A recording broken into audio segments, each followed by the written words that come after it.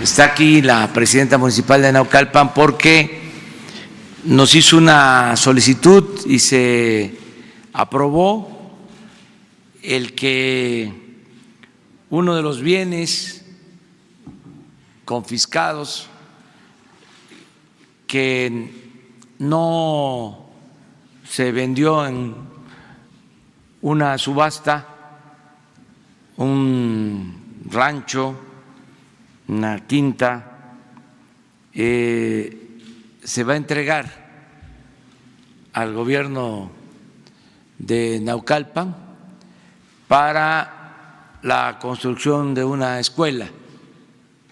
Entonces vamos también a utilizar esta modalidad. Siéntese, por favor. Eso lo vamos a tratar este día. Lo va a explicar aquí el maestro Ricardo Rodríguez, que es el director del instituto, para devolverle al pueblo lo robado, y al mismo tiempo es director del SAE en Hacienda, pero su función principal en esta nueva etapa es la de director del instituto para devolverle al pueblo lo robado. Él va a explicar qué se está haciendo con estos bienes. Está la exposición de joyas en Los Pinos. Es muy importante que se tenga la información de que, terminando la exposición el domingo próximo, se lleva a cabo la subasta y convocamos a que se participe, se compren las bases para participar en la subasta, porque lo que se obtiene es para beneficio de las comunidades de los municipios. Lo que se obtenga de la venta de las joyas va a ser para la construcción de caminos en la sierra de Michoacán, en una región limítrofe con Colima, en donde están en muy mala situación, muy destruidos los caminos, y se va a utilizar el dinero que se obtenga en la subasta del domingo para arreglar esos caminos, entregar esos apoyos para mejorar los caminos. Están asistiendo muchos ciudadanos a la exposición en Los Pinos y se van a subastar joyas. Ya saben ustedes de qué se trata, pero a lo mejor no se difundió bien o no todos pudieron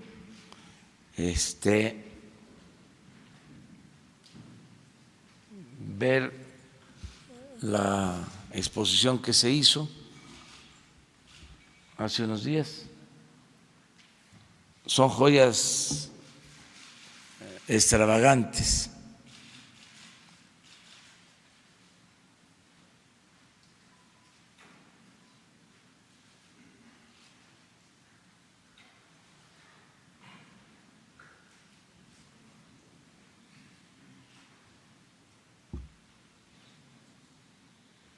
Y así como ven, dan la hora, ¿eh?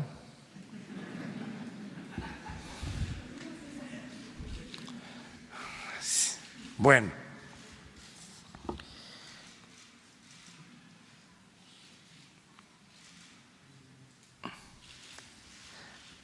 si les parece, le damos la palabra al maestro Ricardo para que nos hable de esto y nos explique también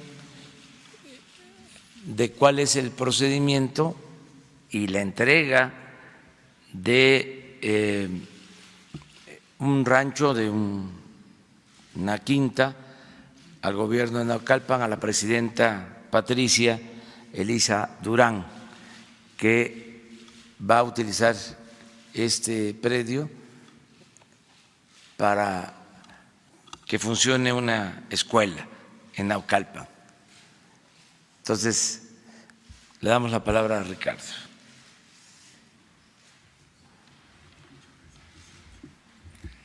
Muchas gracias, señor presidente. Muy buenos días tengan todos, todas y todos. Comentarles que, con base a la instrucción que nos dio el señor presidente, el pasado domingo iniciamos la exposición de joyas en el Centro Cultural Los Pinos. Hemos tenido una afluencia mayor a 5,000 personas. Incluso el lunes, que está cerrado Los Pinos, tuvimos un gran número de visitantes. Comentarles también, para quien tenga bien visitar la exposición, hemos instalado un módulo para quien quiera comprar nuestras bases, lo haga también en el Centro Cultural Los Pinos al final de la exposición, y eso facilitarles que se registren para poder participar el domingo. Hacerles también el comentario que ampliamos nuestro periodo para poderse registrar. Usualmente era hasta el día de hoy, y hacerle un llamado a las personas que se amplió el plazo y pueden comprar las bases también hasta el día de mañana. Es importante mencionar dónde pueden comprar las bases. La pueden comprar en tiendas de conveniencia en todo el país, en 7-Eleven, lo pueden comprar en Chedraui, me refiero al interior del país, al interior de la República. Pueden comprarlas, es muy fácil comprarlas en Chedraui, es muy fácil comprarlas en 7-Eleven, en Telecom también. Aquí en la Ciudad de México, además de los lugares ya descritos y mencionados, también lo pueden ser en el SAE, o en el interior de la República, en las delegaciones regionales del SAE. Entonces, sí, hacer un atento llamado a la ciudadanía a que participen. Como el señor presidente lo ha dicho, pueden comprar un bien para hacer el bien. Estas son subastas con sentido social, son subastas para ayudar a las comunidades más marginadas del país, para que hacerlo por el bien de las zonas de mayor pobreza. Y es por eso que nosotros estamos hoy haciendo de nueva cuenta el llamado a que la ciudadanía participe en estas subastas de joyas. También lo pueden hacer vía telefónica. Quien no pueda asistir a Los Pinos el domingo, que esté en el interior del país, o ya sea aquí, pero que no puedan asistir, lo pueden hacer vía telefónica. Insisto, pusimos un módulo en Los Pinos, en el Centro Cultural, ahí también se pueden registrar. Son joyas extravagantes, pero hay un margen también. No nada más hay relojes de precios elevados, también tenemos un intervalo de joyas de 10, 12,000, 13,000, 15,000, 20,000 pesos. En fin, traemos una gran cantidad de joyas en rangos bajos de valor que creo que pueden ser atractivos para una buena parte de la ciudadanía. Son joyas en un intervalo bajo, no son de tan elevado valor, sí tenemos algunos, pero en su mayoría pues pueden ser lotes interesantes a un precio no tan elevado. Entonces, pues sí, el sentido es comentarles que sí hemos tenido una gran influencia, gran interés por parte de la ciudadanía de ver las joyas, y hacerles el llamado que se amplía el periodo para registrarse hasta el día de mañana, y que solicitamos el apoyo de la ciudadanía para apoyar una causa social y un fin justo. Como segunda parte, y como también ya lo comentó el señor presidente, vamos a presentar lo que sería la donación del predio a la alcaldesa de Naucalpan, el predio Los Tres García. Este predio fue uno de los que no se vendieron en la subasta anterior. De hecho, fue el que teníamos mayor valor, alrededor de 32 millones de pesos. Fue un predio en Naucalpan. Ahorita vamos a mostrar algunas fotos para que lo vean con mayor nitidez, las características del predio, y puedan ustedes tener un mayor detenimiento de las características del bien inmueble. Por favor, si fueran… miren, este es el rancho. tiene una dimensión de alrededor de 21 metros cuadrados, casi más de 2 hectáreas. Para que tengan una idea, dimensiones como la plancha del Zócalo aquí afuera, para que vean las dimensiones del predio. En este caso, lo que nosotros estamos acotando es que este bien solamente sea para fines educativos, no debe de tener otro fin. Este es el convenio que se está llegando al final del día con la alcaldesa aquí presente, y es lo que nosotros consideramos, y bajo la instrucción que nos ha dado el señor presidente, es transformar este bien en algo que es una herramienta y lo más valioso para los jóvenes, que es la educación. Algo que verdaderamente puede transformar a los jóvenes de este país, un bien que puede ser improductivo, que estaba ahí pues bajo administración, en este caso del SAE, sin ningún uso productivo. Pues la instrucción del señor presidente es que ahora sí se le transforme. Además de las subastas sociales, otro instrumento que también el instituto, para devolverle al pueblo lo robado, va a utilizar y está utilizando en este día, es la donación, con una donación con fines netamente de impulso a los jóvenes. Es un proyecto educativo el cual se está comprometiendo el municipio a realizarlo a la brevedad posible, y es en esos términos en los cuales se está realizando la donación. Tiene alrededor de 7,000 metros en construcción, son 20,000 metros, un poquito más de 21,000 metros el tamaño del terreno, como les digo, como la plancha del Zócalo, pero tiene más de 7,000 metros de construcción. Ustedes lo pueden ver, tiene un área de un habitacional que pudiera ser para oficinas, para poder ser para salones o comedor. En este caso, si se hace el centro educativo, y también tiene un área que es una especie hay caballerizas, en fin, ahí se pueden hacer eventos deportivos.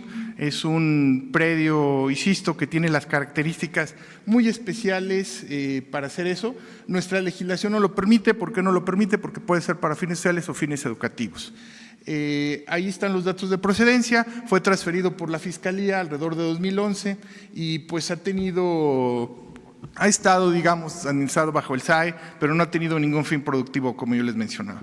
Y en este caso, bueno, pues la instrucción del señor presidente ha sido muy puntual, y es apoyar al municipio para un proyecto educativo, para un proyecto que transforme a los jóvenes de este municipio. Entonces vamos a proceder. El señor presidente tendrá bien entregar la formalización y la entrega de dicho predio a la alcaldesa de Naucalpan.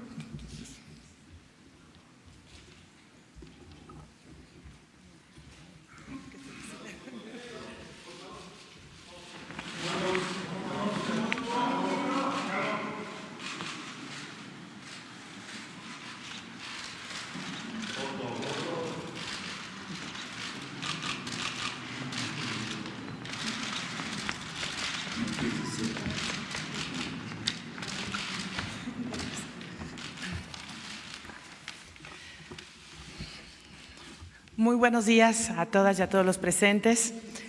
Lo más loable de un hombre de Estado es su compromiso social. Y lo más admirable de quien gobierna es el cumplimiento de su palabra dada a los ciudadanos.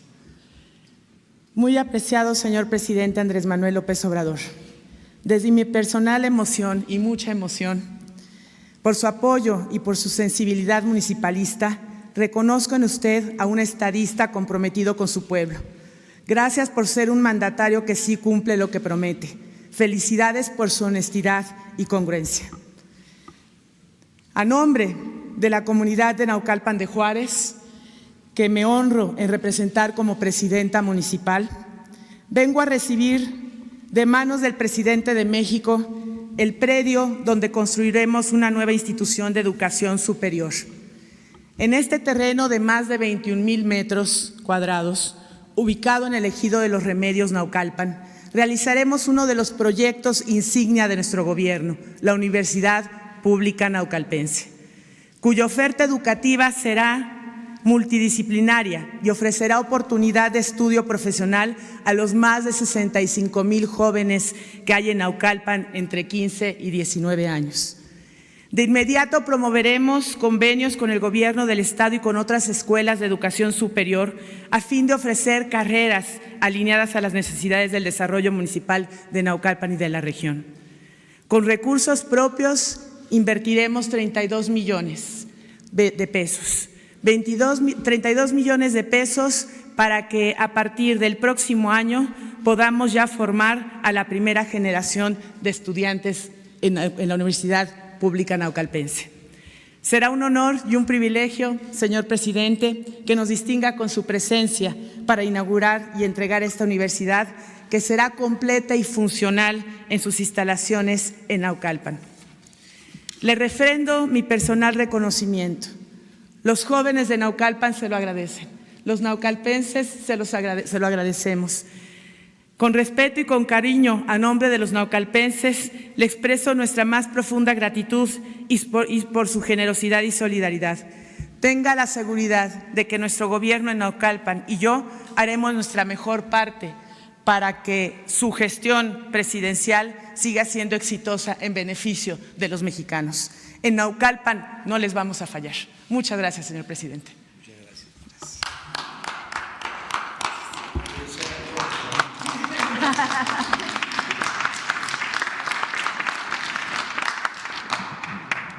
Muchas gracias, Patricia. Pues hemos cumplido con este compromiso. Vamos a continuar con este programa que es muy importante, entre otras cosas, porque no solo es devolver al pueblo lo que es del pueblo, sino el que se haga de manera transparente, porque había la mala costumbre de hacer confiscaciones de bienes, de dinero, y no se sabía a dónde iba a parar lo que se incautaba. Ahora es público, es de dominio público. Aquí se entrega un predio y hay el compromiso de que se va a construir una universidad, y como nos vamos a seguir encontrando, nos vamos a seguir viendo, vamos a seguir informando, pues entre todos le vamos a dar seguimiento a esta acción. No se oculta nada. Les adelanto que se está haciendo una investigación para saber qué se hizo con el dinero que se confiscó al ciudadano chino-mexicano, y se va a informar. Y no hay propósito de persecución, sino es saber nada más, informar a dónde fue el dinero. Y como ya inició la investigación, ya se descubrió, o nos enteramos, al menos el presidente se enteró, de que está la casa en donde se encontró todo ese dinero, y es una casa bien ubicada en una de las zonas más exclusivas de la Ciudad de México, y ya se está haciendo el trámite para subastarla.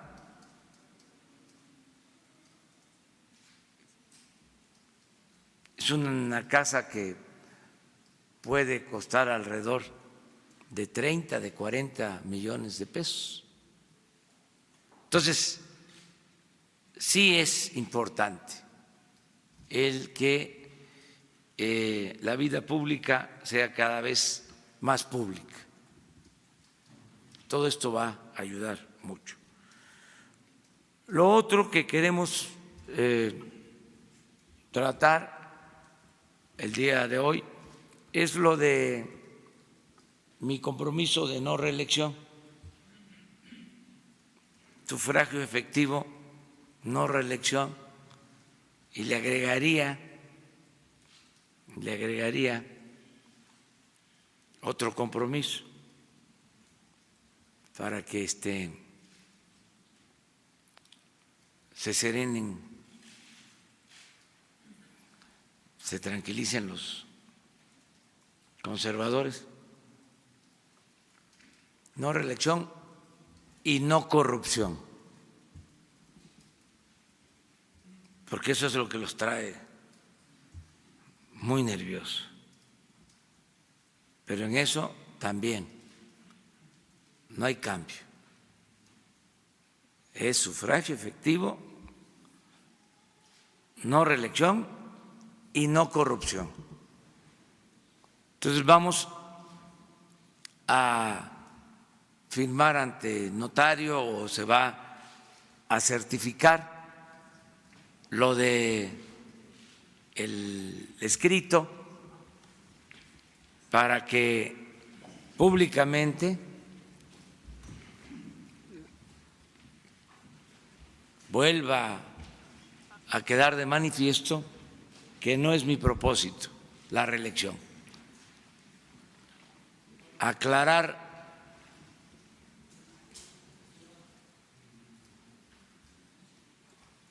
primero que no solo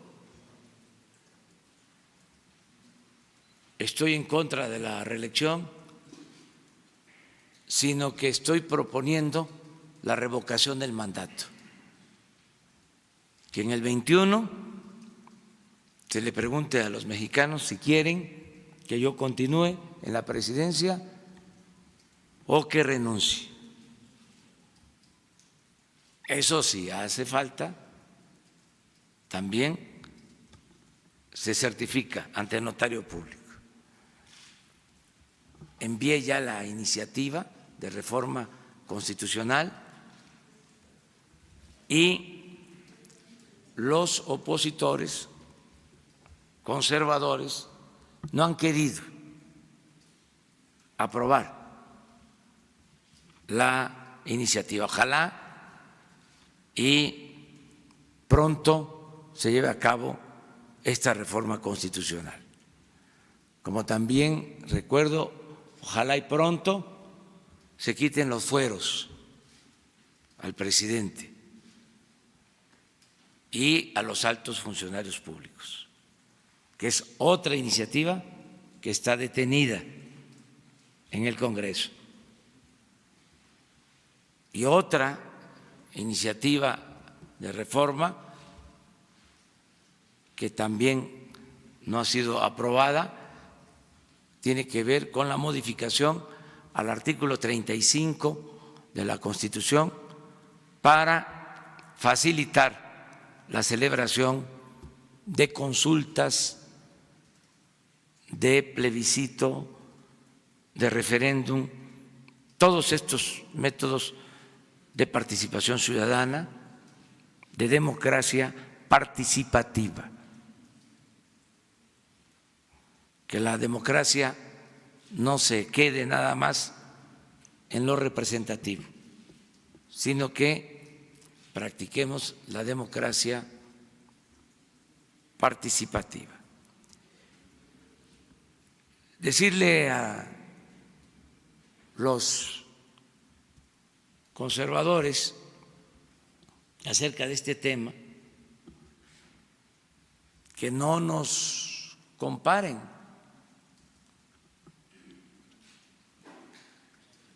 Hay una historia breve que es importante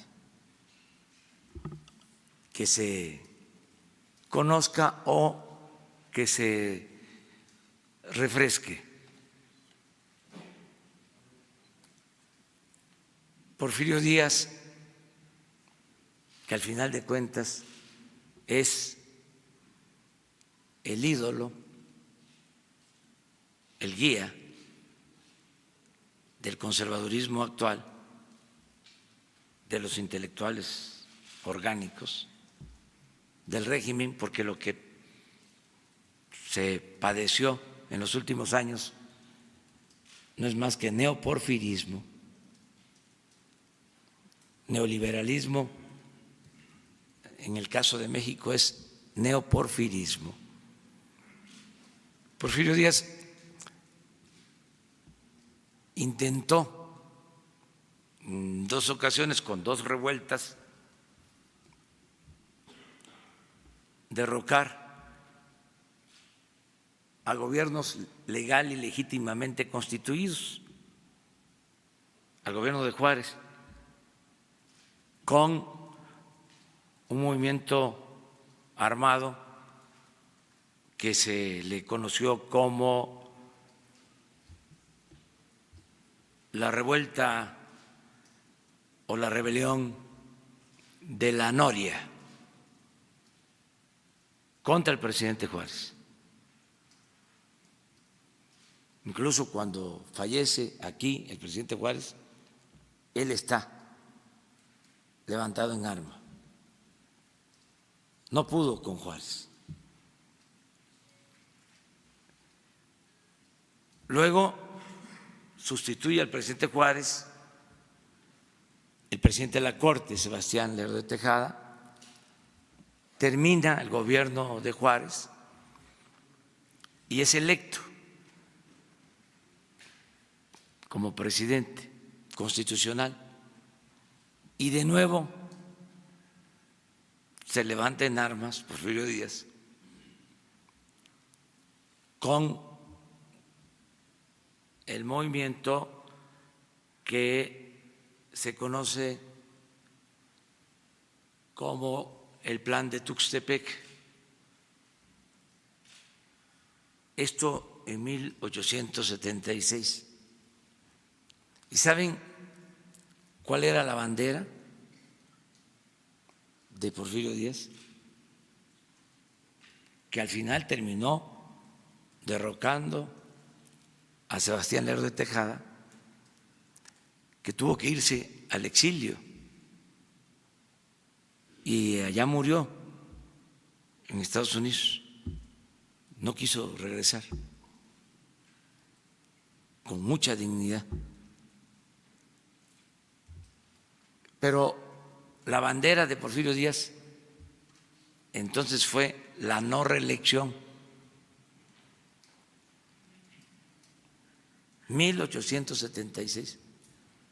En el plan de Tuxtepec se decía, palabras más, palabras menos, que nadie se perpetúe en el poder y esta será la última revolución. Y ese señor, ídolo de los conservadores de ahora, se quedó 34 años en la presidencia, hasta que con la Revolución Mexicana se le hizo a un lado y tuvo que dejar la presidencia e irse al destierro a Francia. Esa es la historia. Entonces, soy maderista y creo en el sufragio efectivo, no reelección. Y por eso voy a durar el tiempo que el pueblo quiera.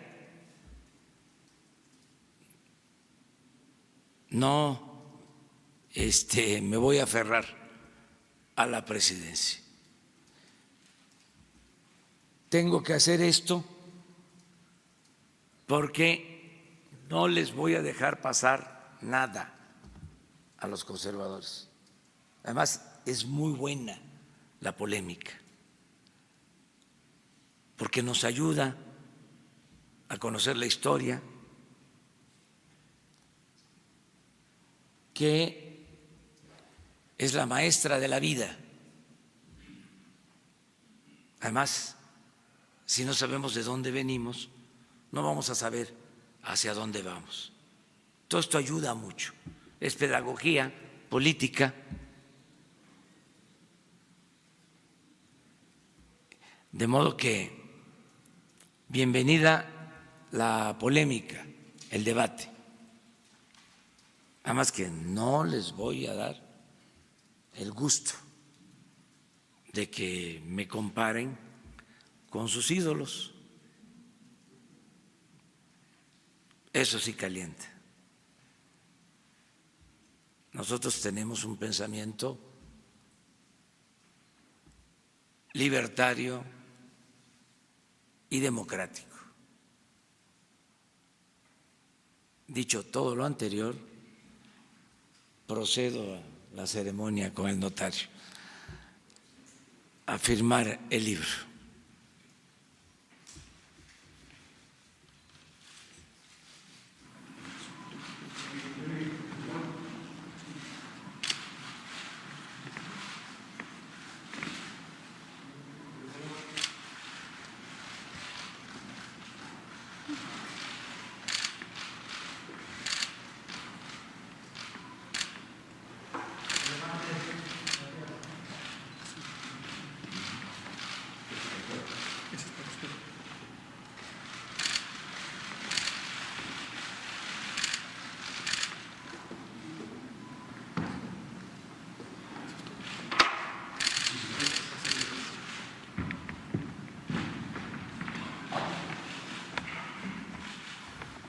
Bueno, pues esta pluma es del notario.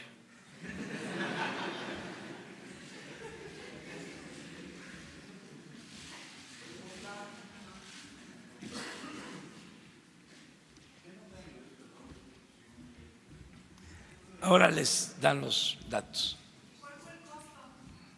También les informo. Bueno, continuamos. Lamentamos mucho lo del accidente de ayer en Michoacán, la caída del helicóptero en Michoacán, en el que pierden la vida 4 personas: José Martín Godoy Castro, secretario de Seguridad Pública de Michoacán; Germán Ortega Silva, director del Seguro Popular de Michoacán; Humberto Suárez, piloto; Arturo Duclos, piloto; a sus familiares, a sus amigos, nuestro pésame.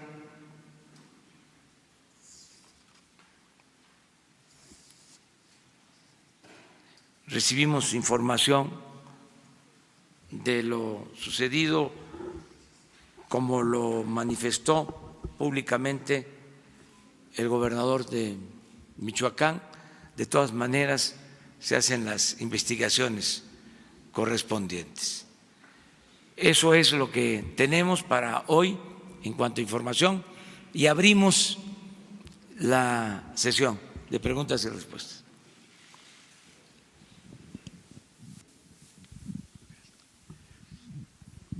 Gracias, presidente. Daniel Blancas, de Crónica.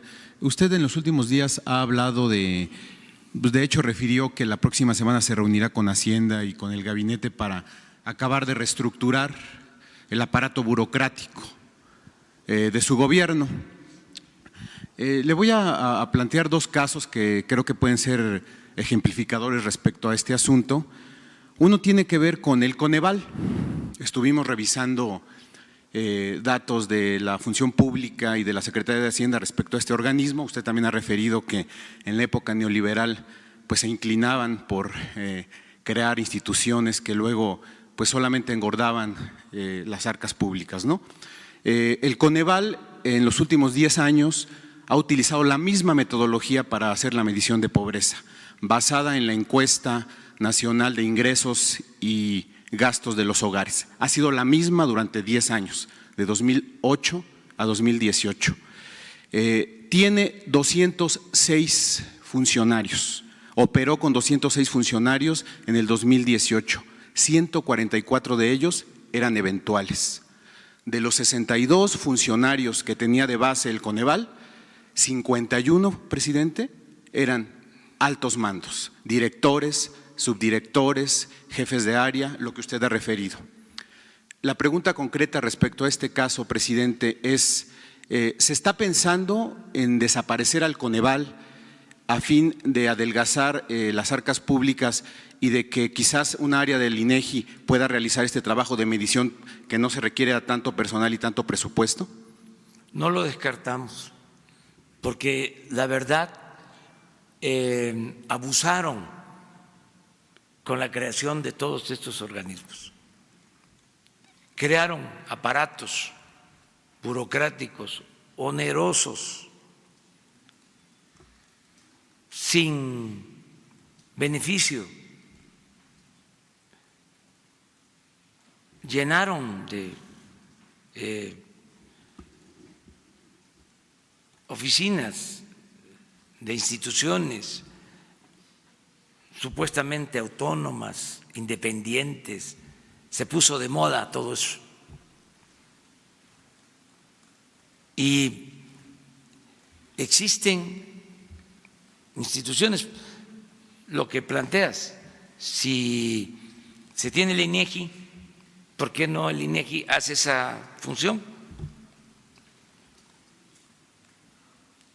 Imagínense, más de 200 trabajadores y los de arriba bien servidos.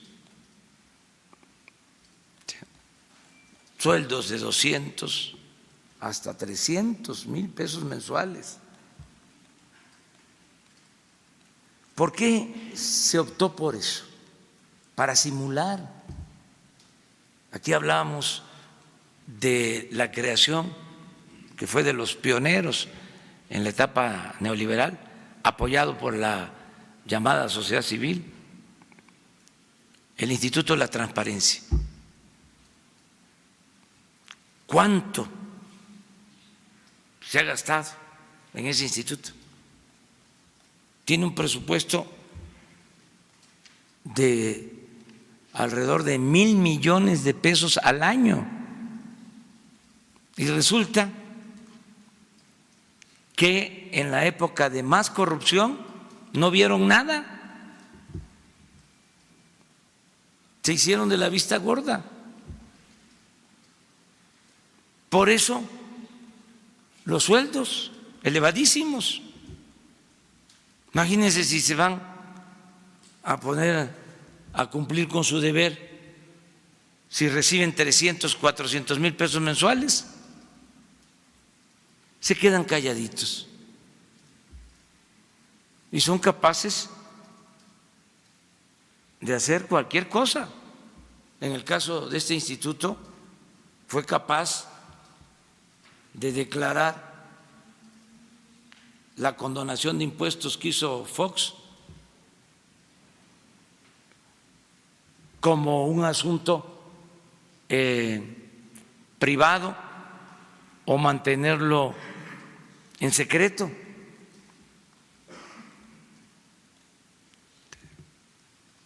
Siendo el Instituto de la Transparencia. Lo mismo con lo de Odebrecht. Se prestaron a que no se diera a conocer la información, pero así como ese organismo, otros hace poco crearon también, con el impulso de la llamada sociedad civil, lo de el Instituto Anticorrupción,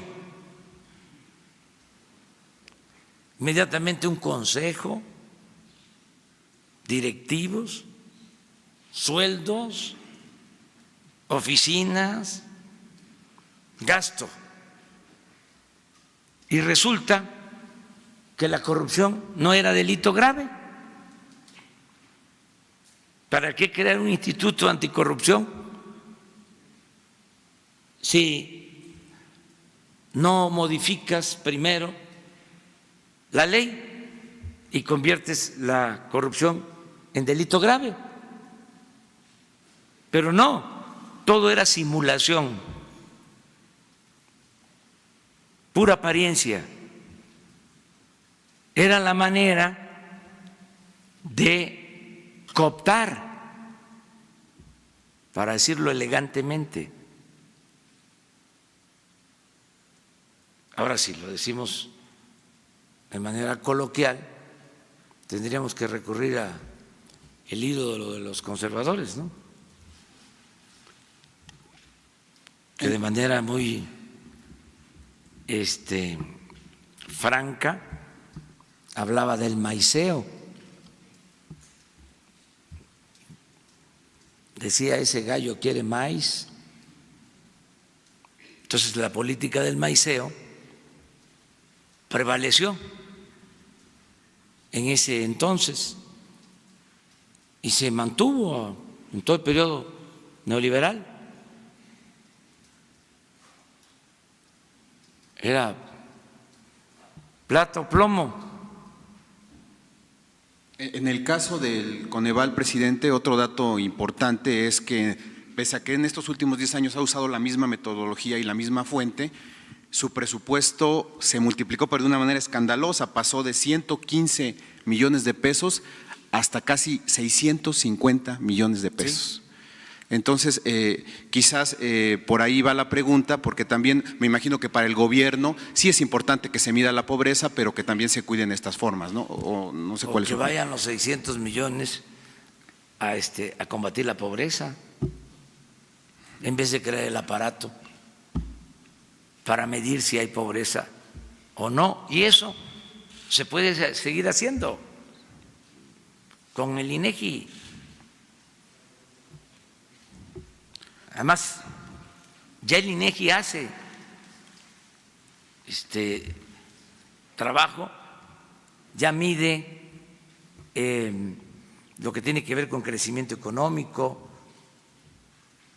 y también mide pobreza. Entonces, son cosas que se tienen que ir ajustando.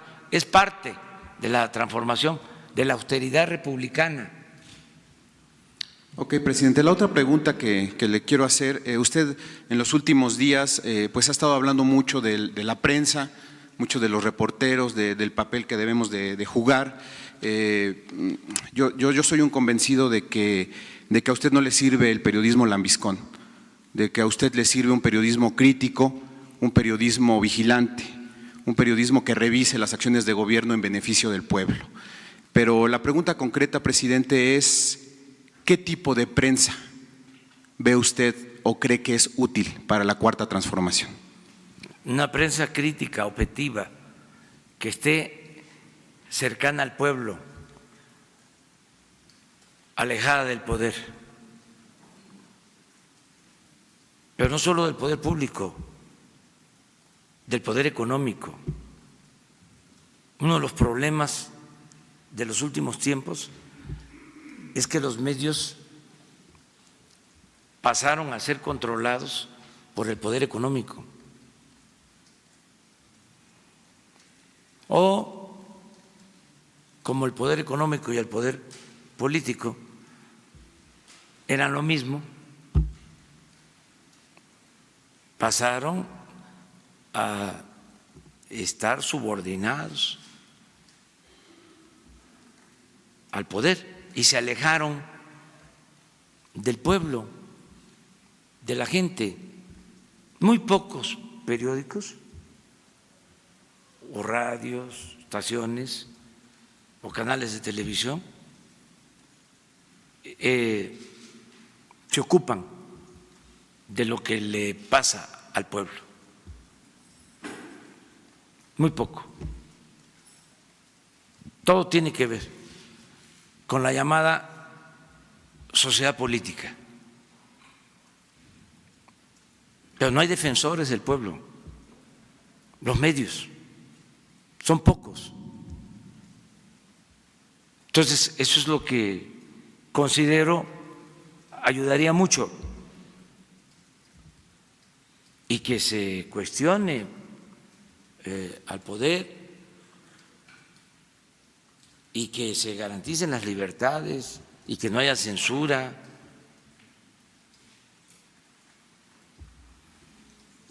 Eso es lo que planteo. Pero imagínense en la historia del periodismo. O sea, siendo autocríticos, imagínense lo que fue el periodismo en la época de la Reforma. ¿Qué fue el periodismo en la Revolución? Hablaba yo la vez pasada de Zarco. Me dicen, no, es que ya tiene mucho tiempo. Sí, claro, tiene mucho tiempo, pero pues es un ejemplo a seguir. Buen escritor, liberal, patriota, no andaba ahí procurando ser objetivo. ¿Existe la objetividad o es un recurso para escaparse y no tomar partido?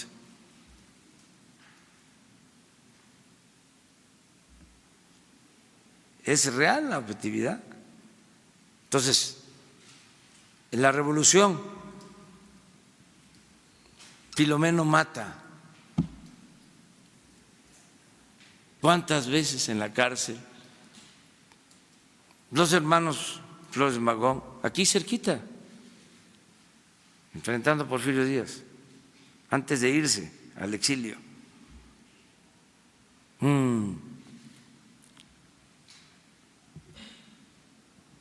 5 de febrero, una manta en el balcón de lo que era el hijo del Ahuizote. La Constitución ha muerto. Y la toma de los talleres. Y allá, al exilio. Toda su vida en la cárcel. Y llamando a derrocar al régimen.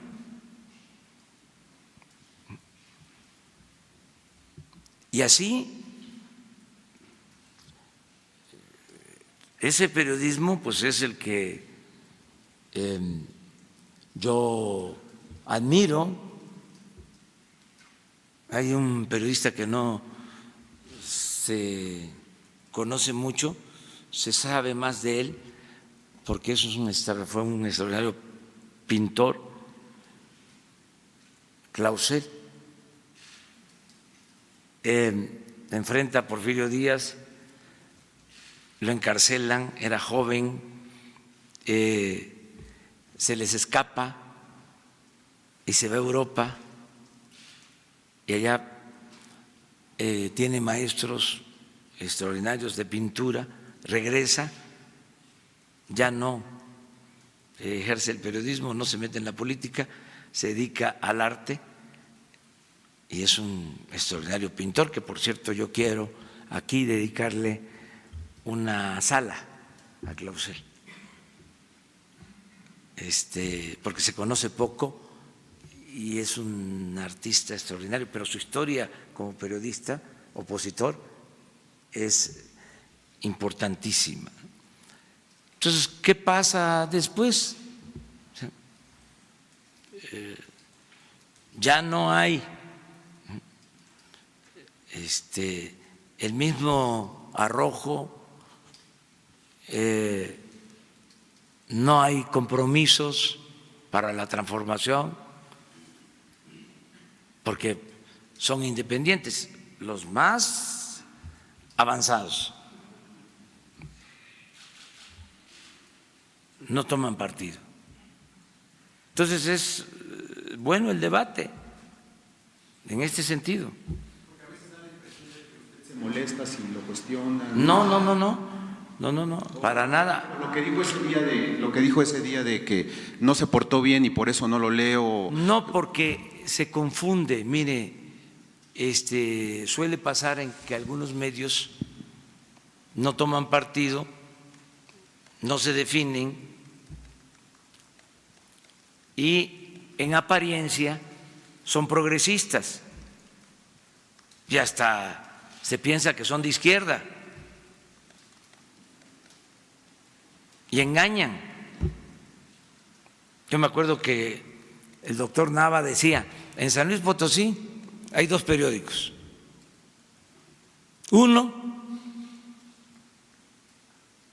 que de plano está en contra de nosotros, representa al régimen, pero sin simulación, abierto, en contra. Y hay otro con apariencia de plural.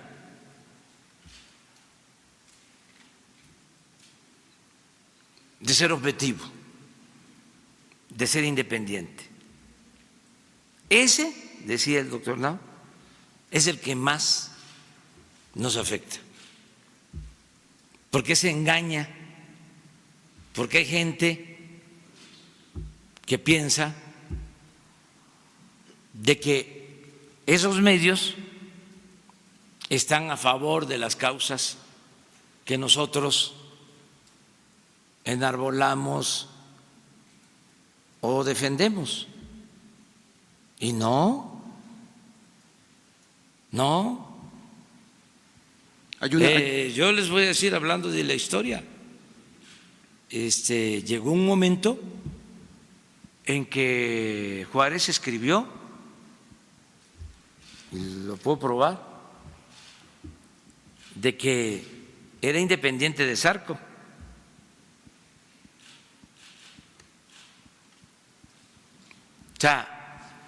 Entonces,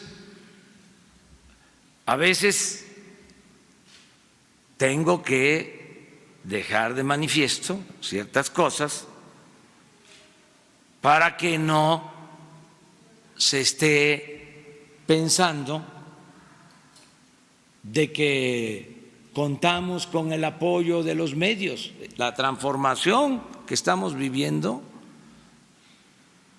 tuvo que ver con una serie de factores, pero fundamentalmente este cambio lo hizo el pueblo.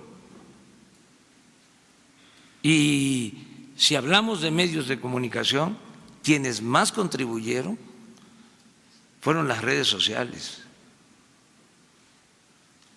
no las revistas o los periódicos o la radio o la televisión convencional. Pero bueno, de eso a que yo esté en contra de los medios, no.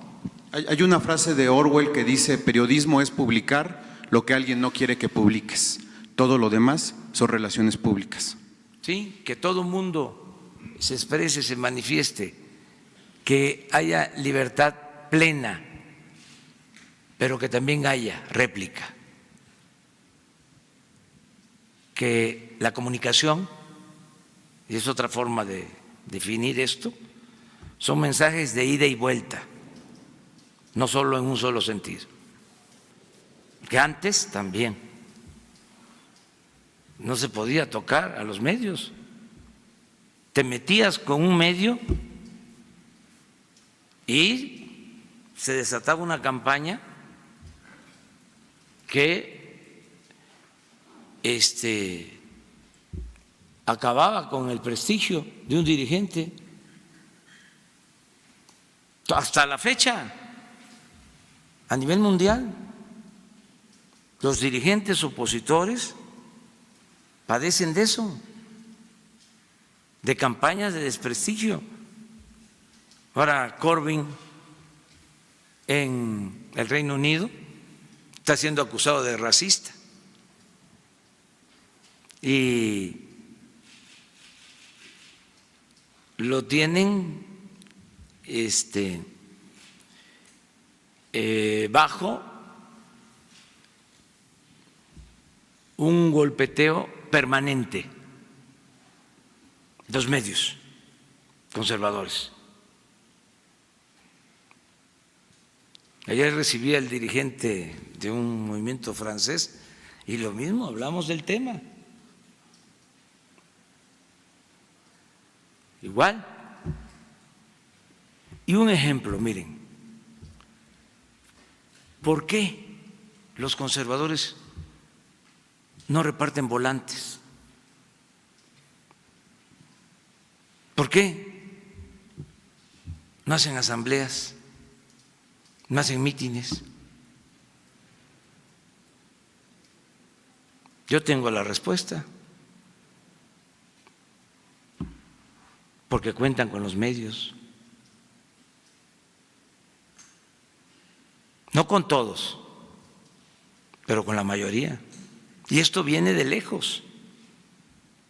Lucas Alamán le mandó a decir a Santana que regresara después de que Santana había causado la gran tragedia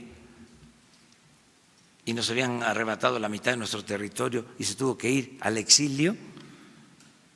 Pues el jefe, el ideólogo de los conservadores, Lucas Alamán, le escribe diciendo: venga, no se preocupe, nosotros tenemos el control de la mayoría de los periódicos y nosotros influimos en la opinión pública.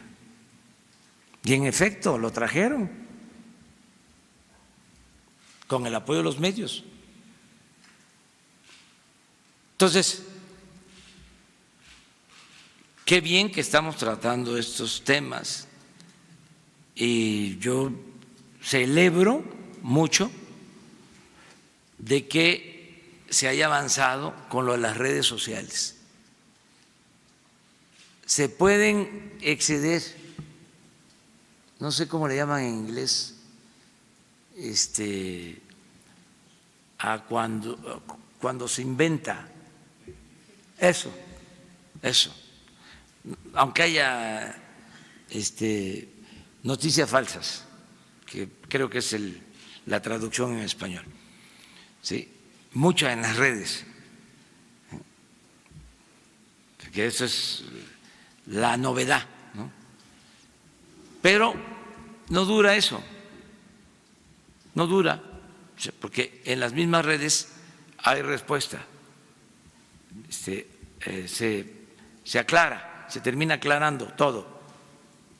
Entonces, sí es un buen tema, pero no en mal plan, sino para ver,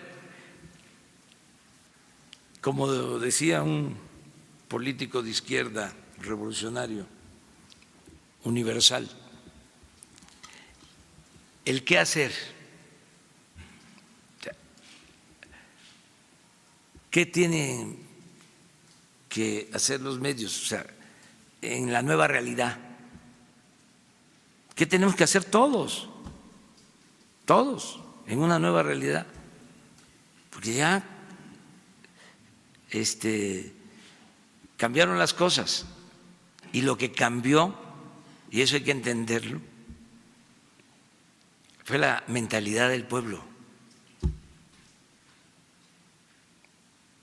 Entonces, ya no podemos seguir haciendo el mismo periodismo ni la misma política de antes. se requiere revisar bien todo esto y no enojarnos.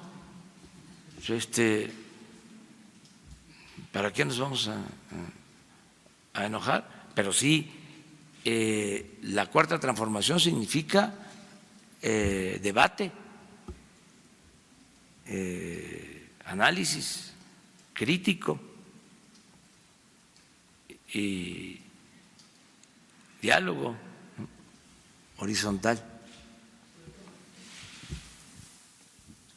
Buenos días, presidente. Alberto Rodríguez, de CDP Noticias. En Monterrey se están quejando de que la gasolina es de peor calidad que otras ciudades como en Guadalajara o en Ciudad de México debido a la norma oficial que prevalece en esa zona y acusan que la Comisión Reguladora de Energía está impidiendo que esta norma oficial cambie para que se homologue con las de otras partes del país.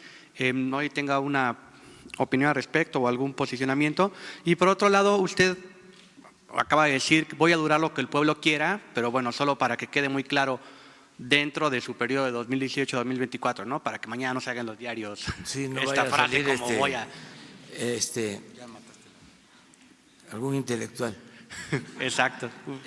conservador. Bueno, pues para dejarlo claro, no sí lo es nada más. aclaró bien. Sí. Es más, hasta el 24, bueno, hasta lo voy a decir mejor. Sí. Hasta el 24, si el pueblo quiere y me lo permite la ciencia, la naturaleza y el creador. ¿Y sobre la gasolina en Monterrey, sobre esta norma que no está homologada? Miren, vamos a informar sobre eso, porque hace falta aclarar que es una gasolina la que se distribuye en todos lados, es la misma calidad, y decirles que las concesiones que entregaron con la reforma energética para la distribución de gasolinas no se están utilizando. Quien distribuye la gasolina es Pemex.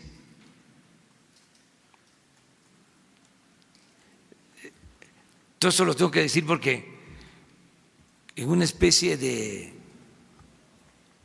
bueno, no quiero usar la palabra, pero de pensar que lo extranjero es mejor. Cuando empezaron a instalarse las gasolineras de marcas extranjeras, empezaba la gente ahí a hacer cola y resulta que es la misma gasolina de Pemex, que a esas marcas les vende Pemex.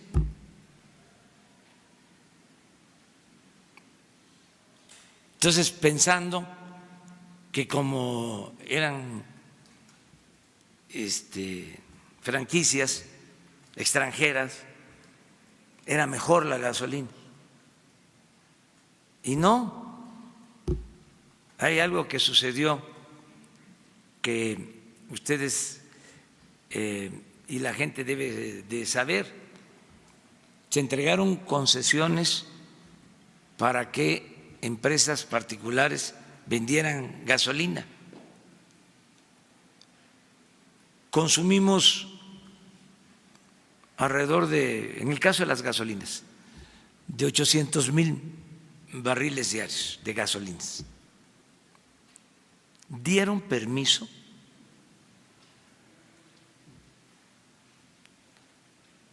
por 25 millones de barriles diarios, 30 veces más.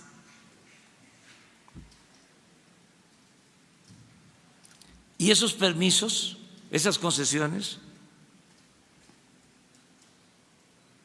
no las aplican. Primero porque ¿qué se va a hacer con tanta gasolina? Y segundo, porque no lo consideran rentable. Esto pasó también con los contratos que se dieron para la exploración del petróleo en aguas profundas. Se entregan los contratos, no invierten porque consideran que no es rentable, porque el precio del petróleo, según ellos, está bajo. Pero tienen la concesión.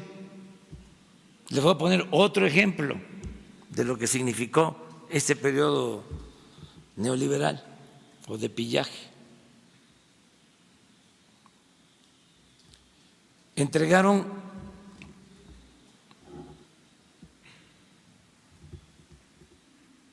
como 60 millones de hectáreas del territorio nacional para la explotación minera.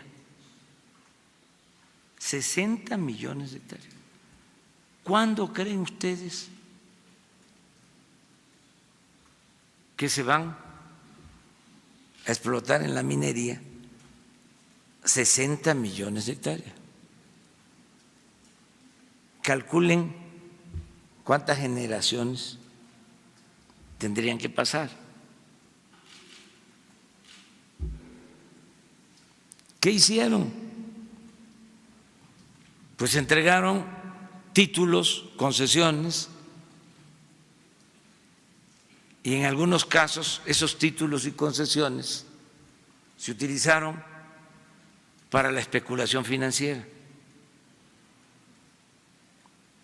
no para la explotación minera. Tienen el título, tienen la concesión, pero no se lleva a la práctica. Entonces, le voy a pedir al director de Pemex de que les explique sobre esto, que es muy importante, además que todos conozcamos. Cuando se da la crisis por el combate al huachicol, por el desabasto, ¿quién tiene que dar la cara? Pemex. Si ya tenían todas estas concesiones, pues estas empresas ya podrían estar dando el servicio, pero todo es en función del negocio. Por eso es distinta la administración de empresa a la administración pública. O lo que hablábamos de por qué la Comisión Federal de Electricidad, porque si no se hubiese creado la Comisión Federal de Electricidad, no se hubiesen electrificado los pueblos, porque para las empresas particulares no era negocio electrificar los pueblos. Eso es lo que está pasando con lo del Internet.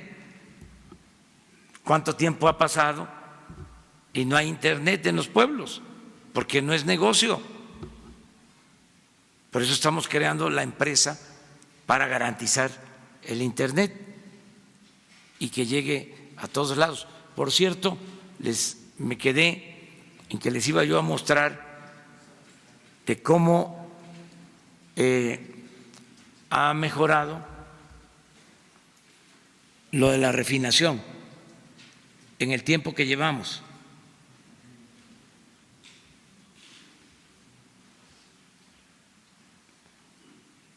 Miren cómo se nos entregó. Miren cómo iba cayendo.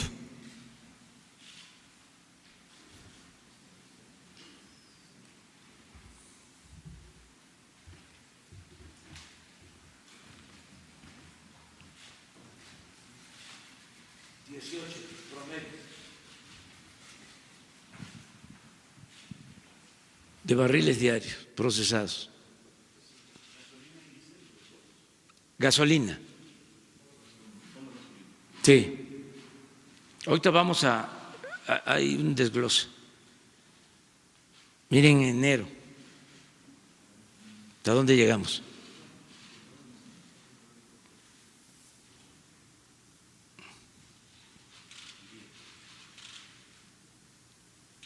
Al 24 de julio este es nuestro promedio. A ver, pongan la otra. Sí, este es gasolina exactamente.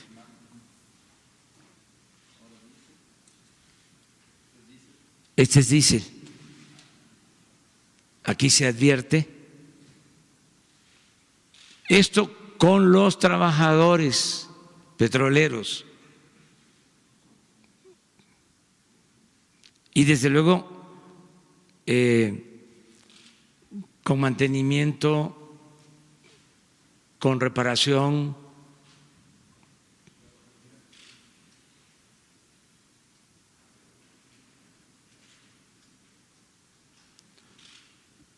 Pero de 99,000 barriles a 145,000 barriles diarios.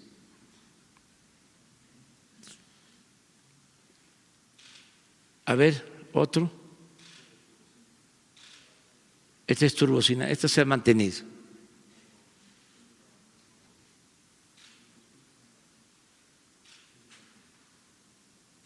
Y ya les mostramos de cómo se iba cayendo la producción de petróleo crudo y cómo se detuvo la caída y vamos hacia arriba. Vamos a recuperar la producción. A ver, ¿la tienen?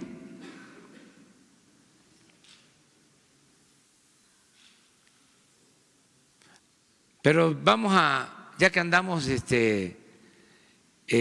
presumiendo,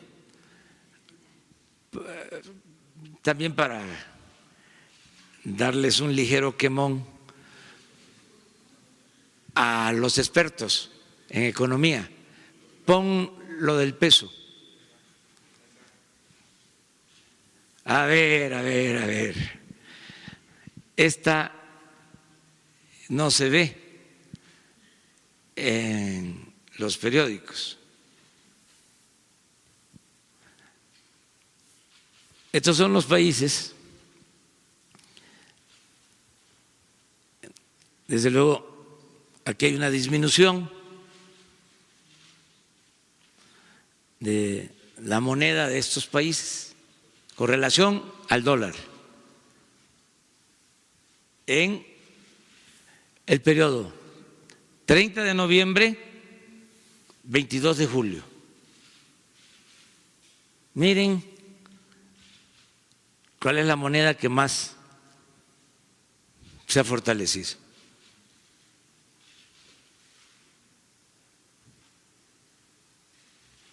El peso mexicano.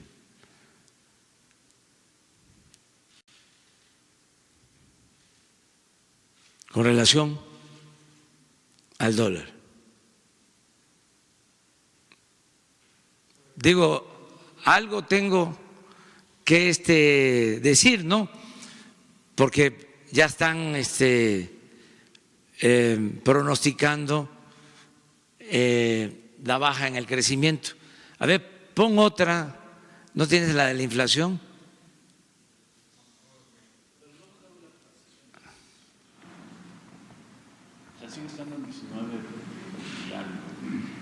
Sí, con relación al dólar. Es que, y la inflación, entonces, pues, o sea.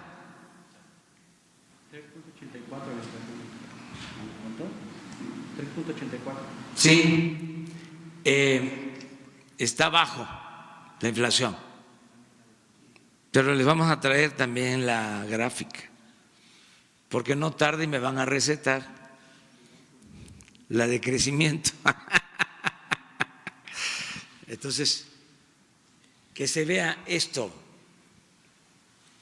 Vamos bien, y en el caso del crecimiento, pues voy a seguir sosteniendo que no es lo mismo crecimiento que desarrollo. Ahora hay más desarrollo. nada más un paréntesis. El notario es el licenciado Rafael Cuello Santos, de la notaría número 30. No cobró.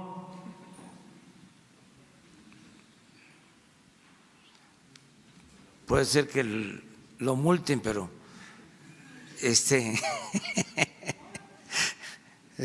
pero pues eso es lo que me están informando.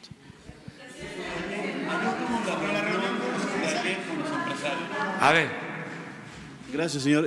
Aprovechando este tema que nos está comentando ahorita de los indicadores económicos, ayer tuvo una reunión con los dirigentes de cámaras empresariales. Saliendo nos comentaron que se estaba autorizando ya, o que usted veía con buenos ojos y con ciertas reglas, la inversión privada en el sector del energético, petroquímica incluso. También nos comentaron que sí ven una desaceleración económica, que ven que no se está creciendo lo que se requiere. ¿Qué se comentó en esta reunión acerca de estos dos temas, señor presidente? Hablamos de eso. Es que son visiones distintas. Nosotros lo que sostenemos es que hay más circulante abajo. Están vendiendo más las tiendas abajo. Tiene más dinero el pueblo, pues. Y crecimiento es acumulación de dinero, no necesariamente distribución de dinero.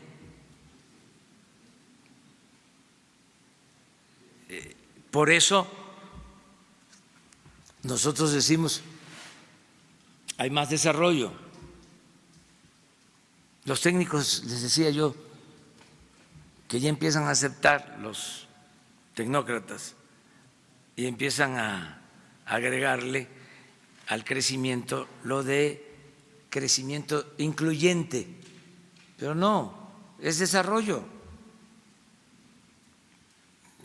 Lo que debe de servirnos. Puede ser que se tengan tasas de crecimiento elevadas, pero se concentra el dinero arriba, y no es cierto, es una quimera, es un sofisma, el que si llueve fuerte arriba, gotea abajo. La riqueza no es contagiosa. Entonces, de eso se habló, y también de buscar la manera de colaborar para impulsar el sector energético y el desarrollo del país.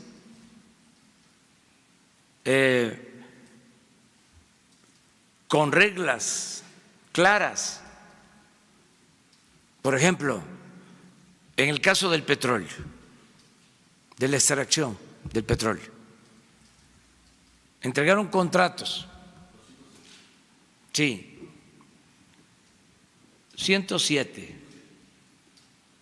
Entonces, esos contratos se respetan, pero hasta ahora no se produce petróleo.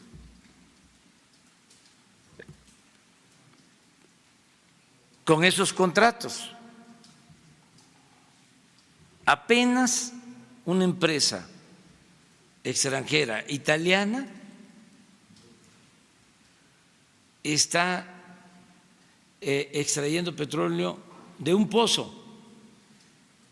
Me acaba de enviar el gerente dueño de la empresa una carta informándome, y de acuerdo a sus pronósticos, en el 21 esa empresa va a estar produciendo 100,000 barriles diarios de gas y Petróleo. Sí,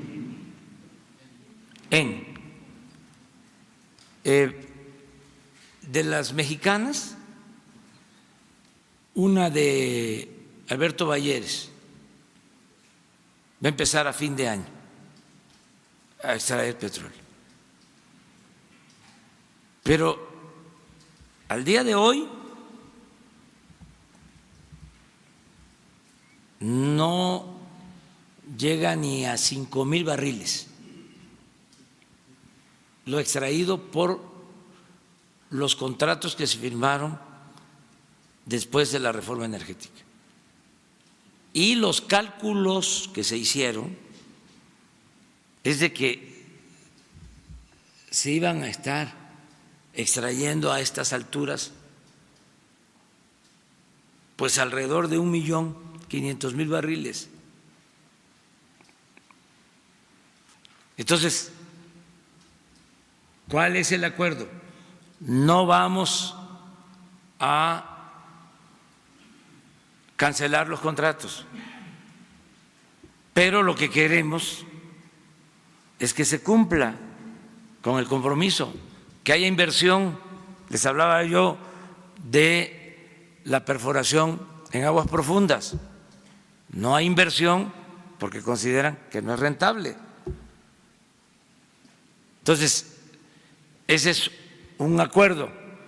Se mantienen los contratos y ayudamos para que no haya obstáculos, puedan invertir y que se extraiga el petróleo.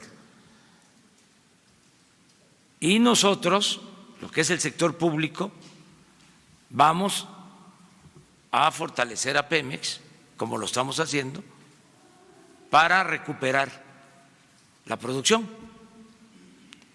En el caso de la industria eléctrica, lo mismo. Ahí se entregaron permisos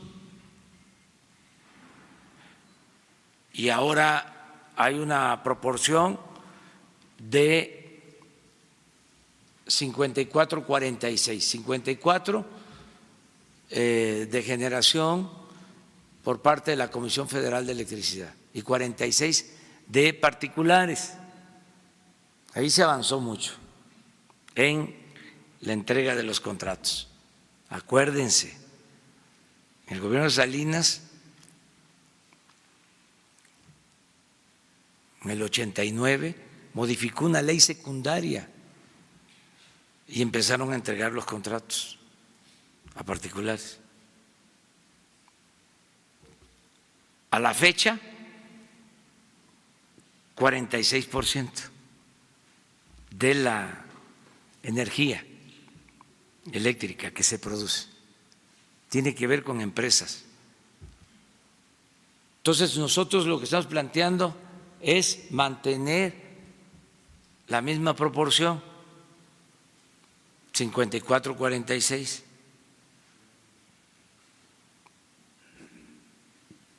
Y calcular cómo va a crecer la demanda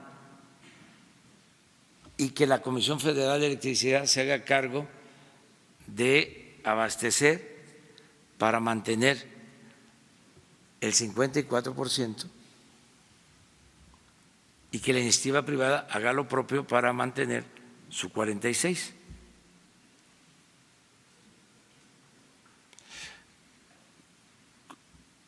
Y que se autorice la generación de energía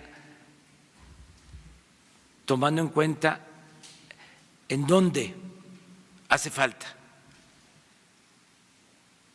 porque hay lugares donde se dieron permisos de más y se saturaron las líneas de transmisión. Toda esa infraestructura es de la Comisión Federal de Electricidad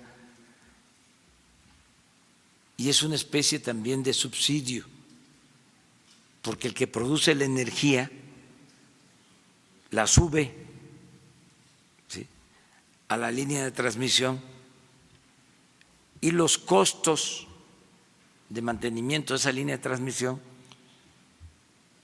los absorbe la Comisión Federal de Electricidad. Todo eso es lo que se trató el día de ayer, pero con mucha claridad. Lo mismo lo de los gasoductos. Es decir, vamos a que se llegue a un arreglo, pero ya no sigan peleando y ya no sigan presentando pruebas de declaraciones del que estuvo de secretario de Hacienda.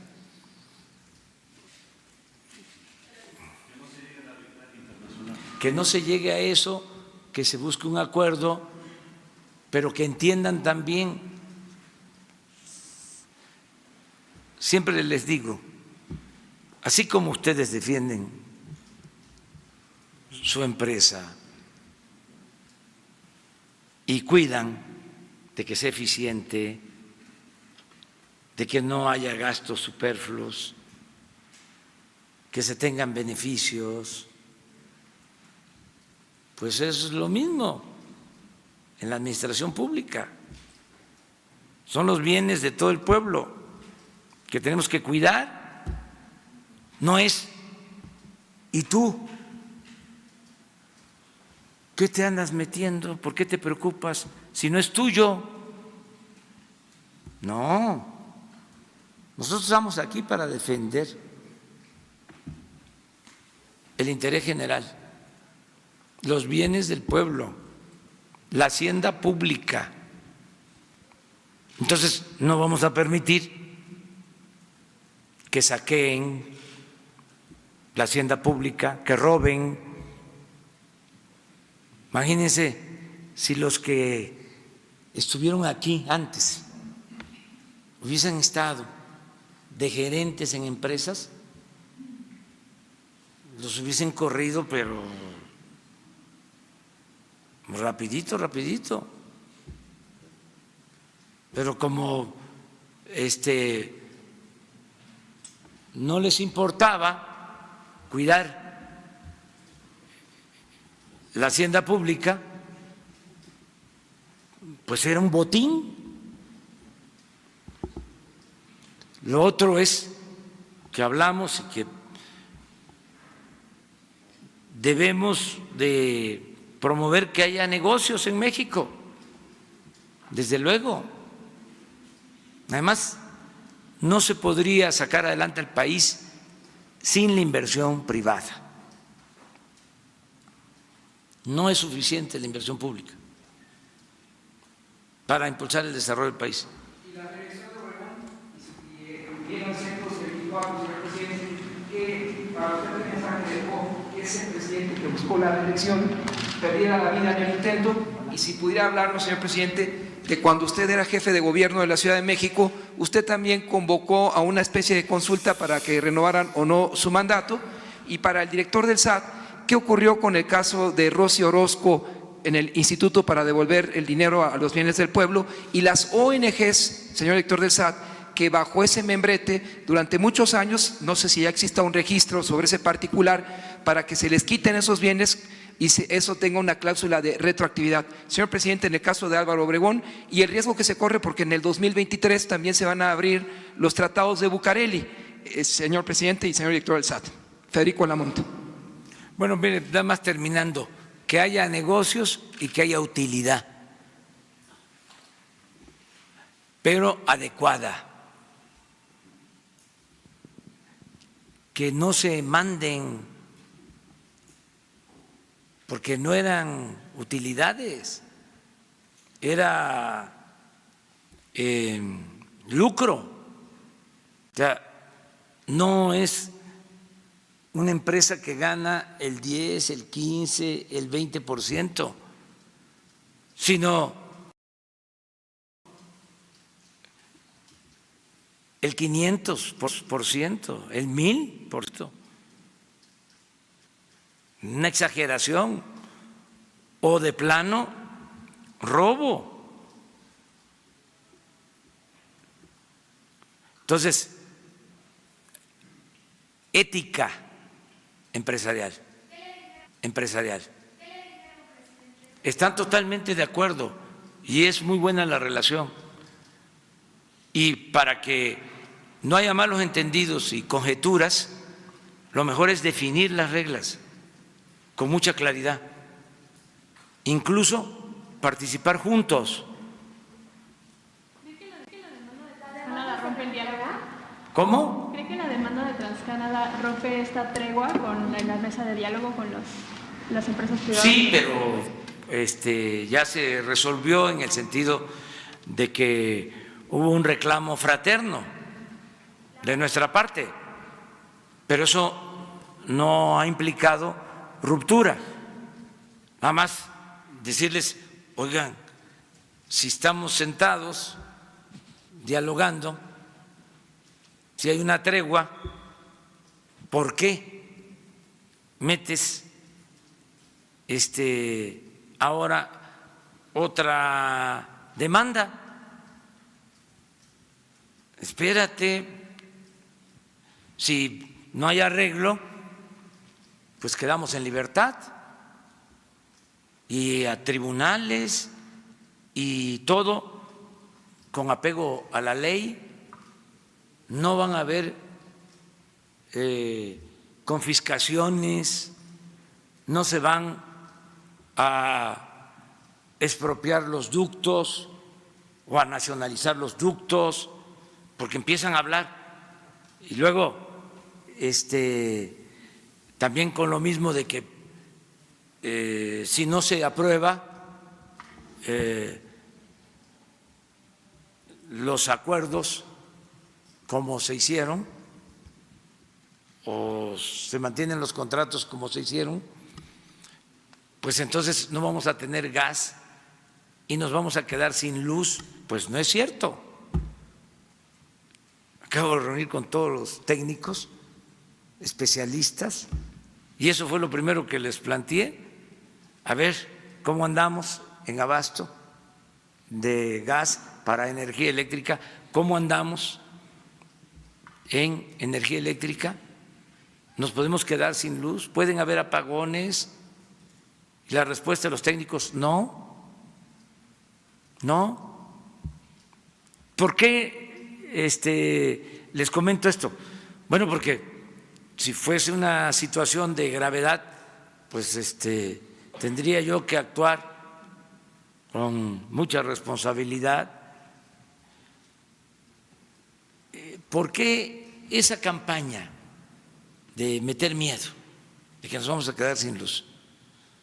Cuando iban a entregar teléfonos de México, hubo una campaña previa.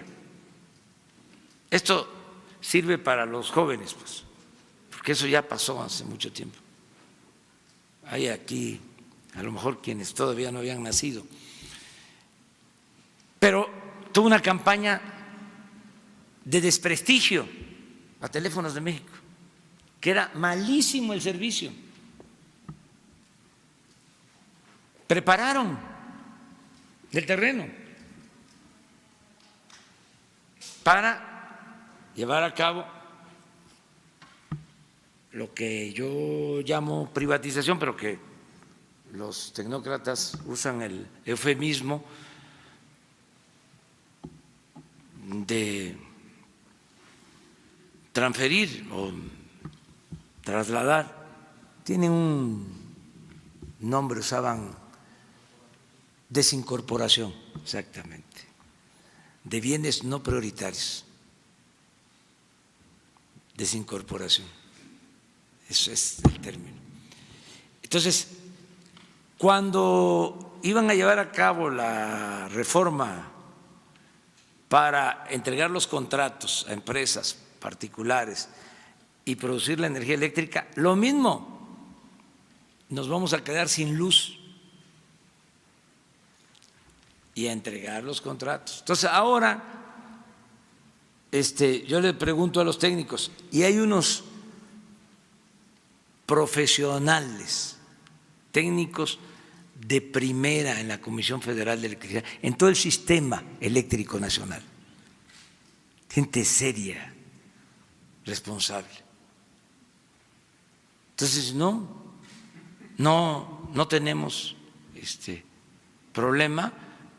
Además, así como se está haciendo en el caso de la refinación, les voy a mostrar una lámina, a ver si mañana que venga el ingeniero Morales Mar, que tiene que ver con generación de energía, a mostrarles cómo hemos incrementado la producción de energía en los últimos meses o en el tiempo que llevamos, solo atendiendo el mantenimiento de plantas.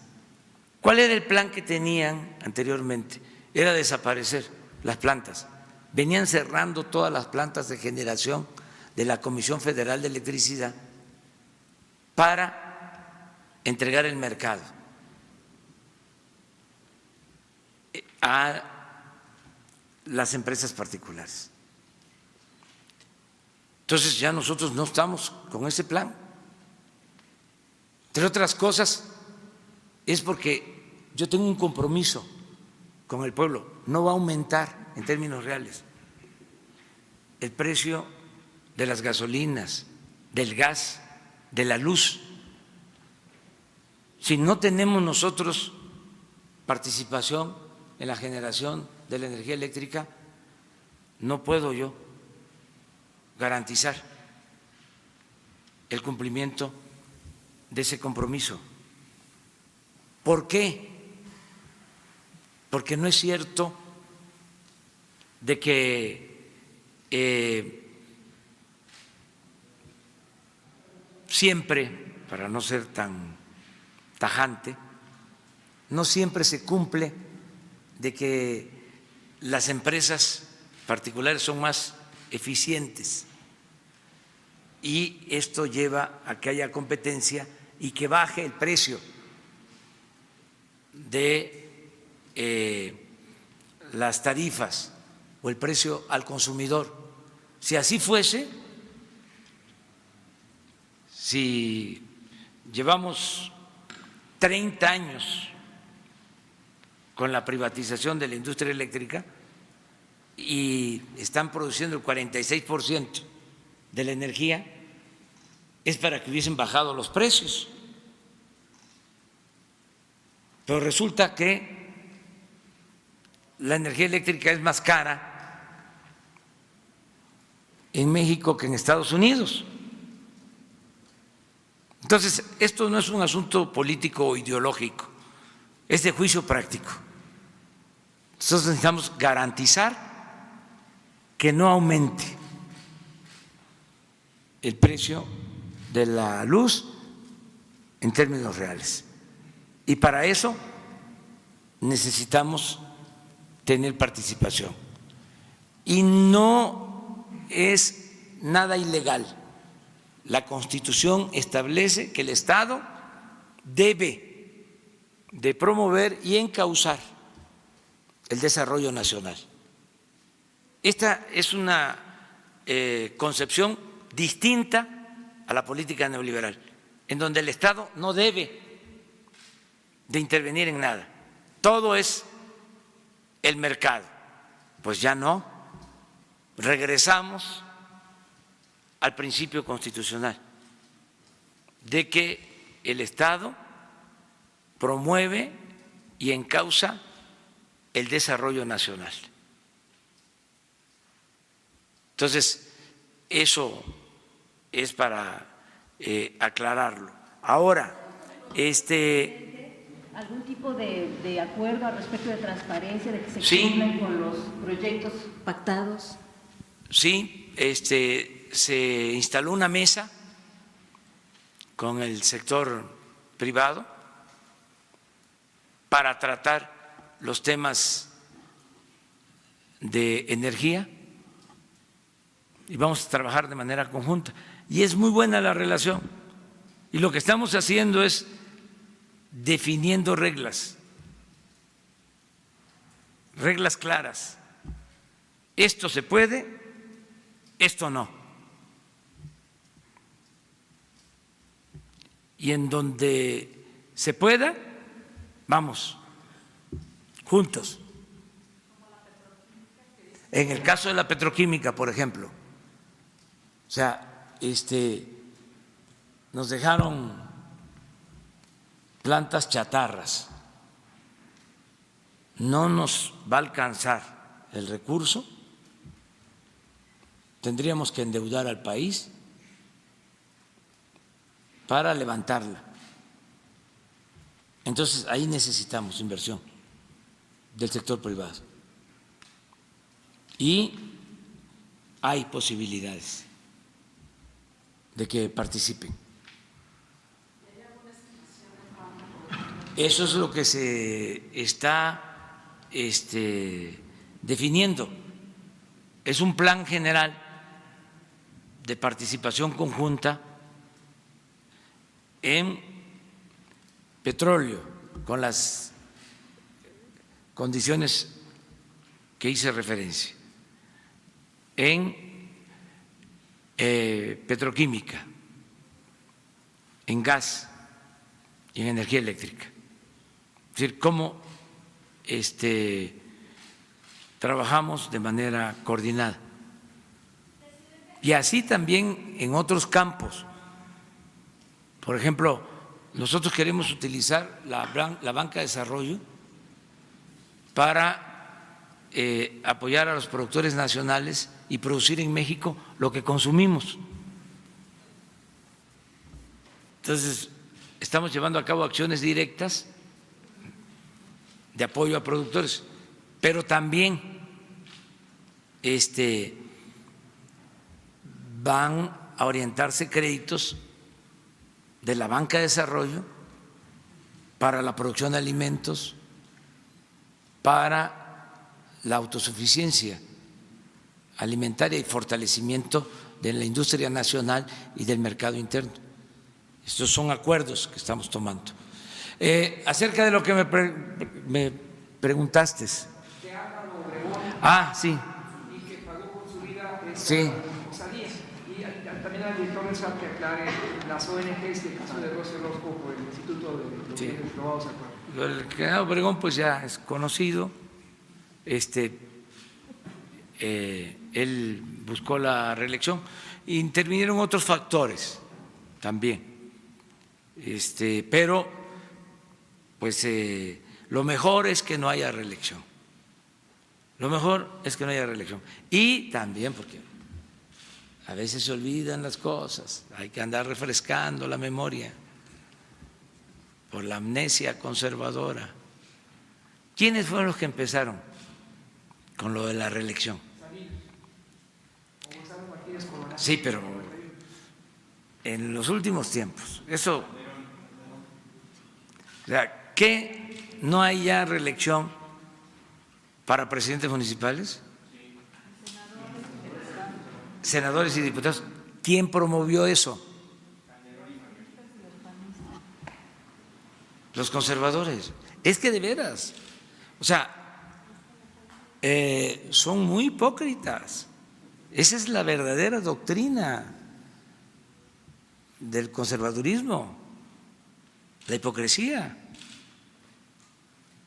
Entonces, porque si hubiésemos nosotros promovido la reelección, que ya llevamos años luchando, ¿dónde está un discurso? A ver, donde yo haya planteado que estaba de acuerdo con la reelección. No, al contrario, en contra. Pero se les olvida todo eso. Ahora resulta que los que queremos la reelección somos nosotros. Y tengo que firmar hasta frente al notario.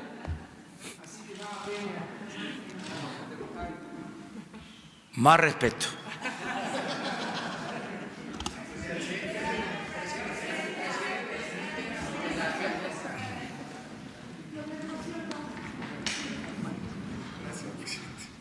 En cuanto a la pregunta de Rocío Orozco, Como ustedes saben, presentamos algunos bienes inmuebles al inicio de la gestión de un servidor en el SAE.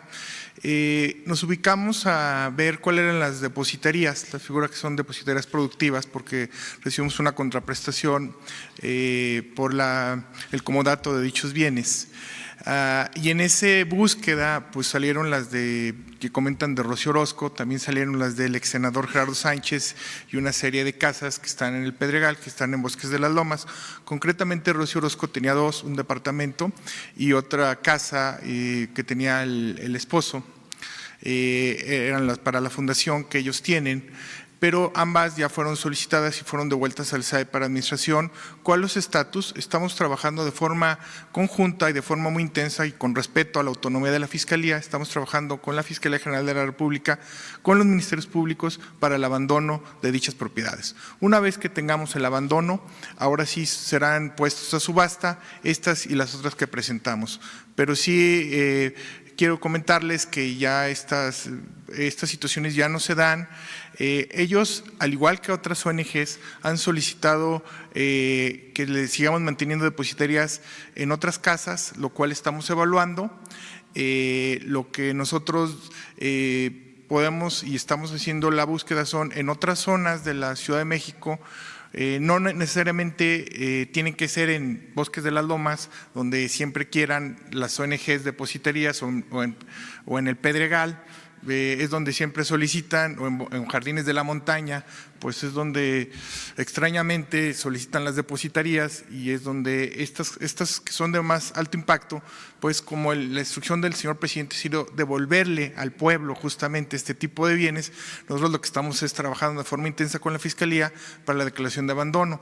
Acuérdense que también ya viene la aprobación de la Ley de Extinción de Dominio, lo cual para nosotros va a ser más expedita y más rápida la venta de bienes asegurados y nos va a facilitar con dicha aprobación de la ley. Entonces, en este sentido y de forma muy puntual, respondiendo al caso de Rocío Orozco, ya fueron estos bienes, ya están bajo administración del SAE, estamos trabajando de forma muy intensa para la declaración de abandono y ya la venta de dichos inmuebles. En la segunda observación de las depositarías, estamos también ya poniendo orden. De hecho, algunas ONGs que tenían también de alto valor nos han dicho, mira, nosotros queremos una de menor valor en otra zona, por favor, queremos seguir brindando nuestro fin y lo estamos platicando con cada una de ellas, estamos teniendo un diálogo de tal manera de llegar a un acuerdo y si ellas no la piden, pues darles en otra zona de menor valor, porque ellos también, como no es una contraprestación productiva, les cuesta un precio menor el darnos dicha contraprestación. Entonces, sí estamos poniendo un orden, no hay nada discrecional, no es porque al director del SAE le llega una llamada de un agente político, oye, dásela a mis amigos, esto ya no sucede, esto ya es con mucha transparencia y con mucha claridad y poner orden en lo que es las ONGs y en lo que es la figura de depositarías. Ya mañana, ya se terminó. Se terminó. Luego, ¿saben qué? Me recomiendan, no me reclaman, me recomiendan, de que no nos tardemos tanto.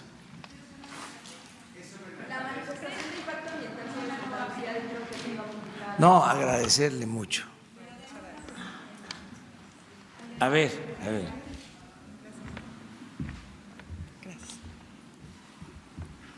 Gracias. Sandra Aguilera, de Grupo Larsa Comunicaciones. En 1983, el municipio de Naucalpan donó un terreno a una asociación que atiende las 24 horas a niños con parálisis cerebral, de los cuales muchos son huérfanos. Después de 30 años, el 11 de junio fueron víctimas de la corrupción porque se presentaron autoridades para tratar de despojarlos. Ya que la empresa de Frisa y su filial Residencias Modernas SADCB quieren quedarse con el inmueble ilegalmente. Ese día se presentaron los colonos para tratar de evitarlo, puesto que no tienen un lugar a donde ir esos niños. Sin embargo, tienen la notificación para desalojarlos el día 12 de agosto a las 7 de la mañana. Mi pregunta es, señor presidente, si en su gobierno hará centros de atención 24 horas para niños con parálisis cerebral o algún otro tipo de discapacidad, y a la alcaldesa si estaba enterada y qué piensa hacer al respecto. Muchas gracias. Por supuesto. Con relación a la fundación, sí, efectivamente, ese predio se donó al gobierno municipal, el gobierno municipal lo dona a la fundación y la empresa está actuando arbitrariamente. Ese terreno era municipal y se donó a la fundación. En el tema también, complementando lo que se le pregunta al presidente, en el caso de Naucalpan, en los ejes que hemos marcado, principalmente de apoyo a las personas con discapacidad, estamos ahorita ya en el inicio de la construcción de un nuevo CRIS en Naucalpan. Ya tendríamos 2 centros de rehabilitación para personas con discapacidad y ahí también estaríamos atendiendo a estas personas en caso de que se les desalojaran. Lo que sí quiero comentar es que el gobierno municipal le está dando todo el apoyo a la fundación, completamente, jurídico y todo el apoyo que se necesita para que no los desalojen. Muchas gracias. Me ayudaron mucho, muy bien contestada, muy bien, muchas gracias, nos vemos mañana. Mañana, el impacto ambiental se quedó de que para hoy, ¿verdad?